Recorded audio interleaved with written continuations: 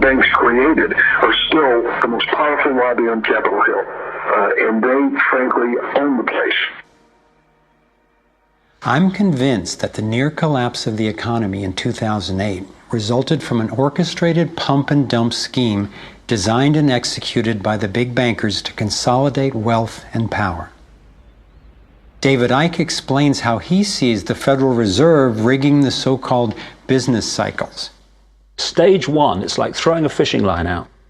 Stage one, you put lots of money, units of exchange, into circulation. You do this by pushing interest rates down, by making lots of loans.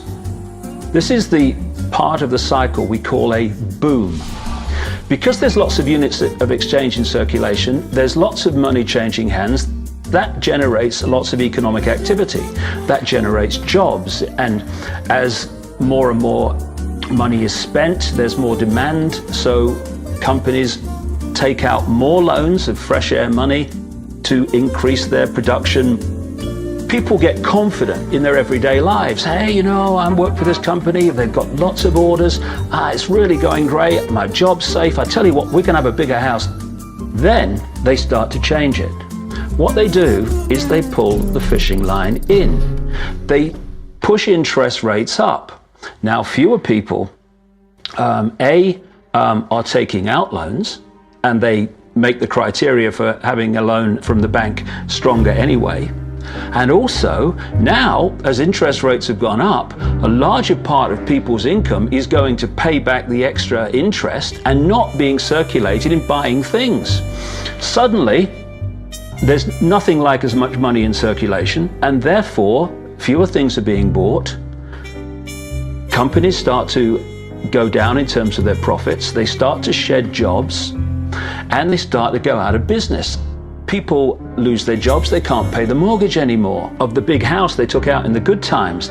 Now what the banks are doing is starting to reel the fishing line in, because as they go bankrupt, companies and individuals, the banks get the real wealth, the property, the land, the resources that they had signed to them for lending merely figures on a screen. Now this economic cycle of fishing line out, fishing line back, lots of units in circulation, pull them in, has been going on for centuries. And what it's done, it's stolen and accumulated the real wealth of the world in the hands of the few.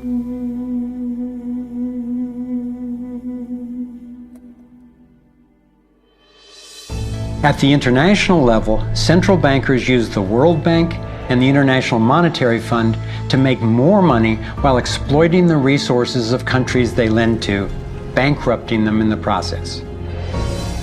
The central bank of central banks is the Rothschild-created Bank for International Settlements. The elite are positioning themselves to control access to virtually everything we need to survive. No matter where you go in the world, the money is controlled by the banking system. They decide if people eat or if they don't eat.